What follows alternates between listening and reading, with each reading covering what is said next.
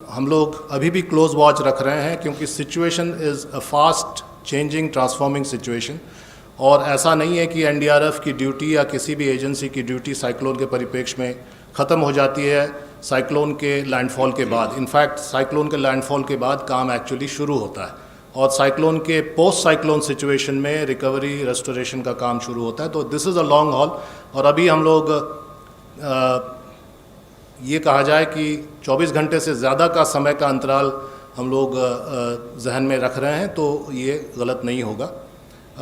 हम लोग जो दो हमारे कमांडेंट्स हैं, उड़ीसा में बटालियन है और बंगाल में बटालियन है। ये कोइंसिडेंस है कि दोनों ही स्टेट में बटालियन हेडक्वार्टर्स हैं। दोनों के कमांडेंट्स, एक उड़ीसा वाले कमांडेंट बालासोर में कैंप कर रहे हैं और बंगाल के कमांडेंट काकद्वीप में कैंप कर रहे हैं, जो साउथ 24 परगना ज़िला में है, जो कि स्टॉर्म के पाथ में है।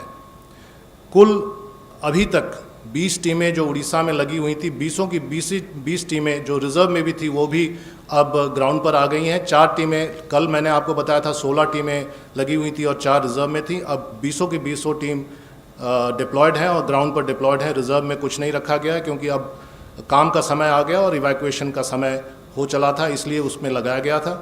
इवैक्यूएशन के बारे में मैं बताऊंगा आगे। 19 टीमें वेस्ट बंगाल में लगी हुई हैं और 2 टीमें स्टैंड बाई में है। 2 में से और एक टीम कलकत्ता में बुलाया गया है क्योंकि कलकत्ता जो नगरीय क्षेत्र है, जो अर्बन एरिया है, उसमें उनको लगाया गया है। सभी टीमों के पास सैटेलाइट कम्युनिकेशन और QDA है, सो हम लोग किसी कम्युनिकेशन सेटअप पे डिपेंडेंट नहीं है। We are independent, self dependent and we can set up our own communication system. ये कुछ एक्टिविटीज़ हैं ऑन ग्राउंड। नामखाना में साउथ 24 परगना में अवेयरनेस प्रोग्राम।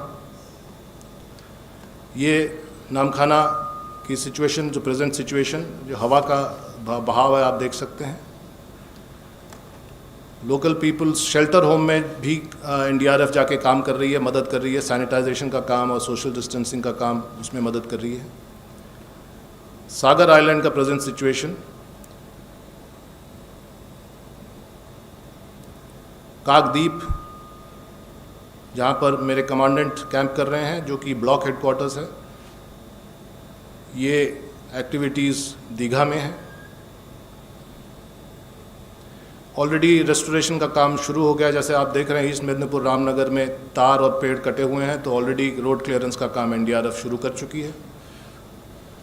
ये साइक्लोन शेल्टर्स में और गांव में जाकर वो जो भी सुविधा देने का काम, including saving of cattle and resettling cattle also is being helped by the NDRF।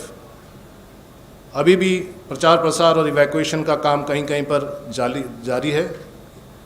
और ये कुछ सिचुएशनल फोटोग्राफ्स दिन भर के।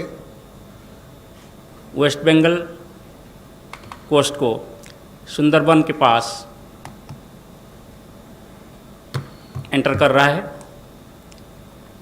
और आप अभी जो लेटेस्ट सैटेलाइट पिक्चर है, इसका एनिमेशन देखें। जैसे ही हमने अनुमान लगाए थे 16 को, जब ये डिप्रेशन फॉर्मेशन हुआ था, कि ये इनिशियली उत्तर पश्चिम दिशा में जाकर बाद में उत्तर पूर्व दिशा में गति परिवर्तन करेगा और 20 तारीख को शाम तक यहाँ वेस्ट बंगाल और बांग्लादेश तट के पास पहुँचेगा। इस चित्र से आपको ये प्रतीत हो रहा होगा कि ये कैसे ऐसे ही मूव करके अभी वेस्ट बंगाल कोस्ट को सुंदरबन के पास अतिक्रमण कर रहा है।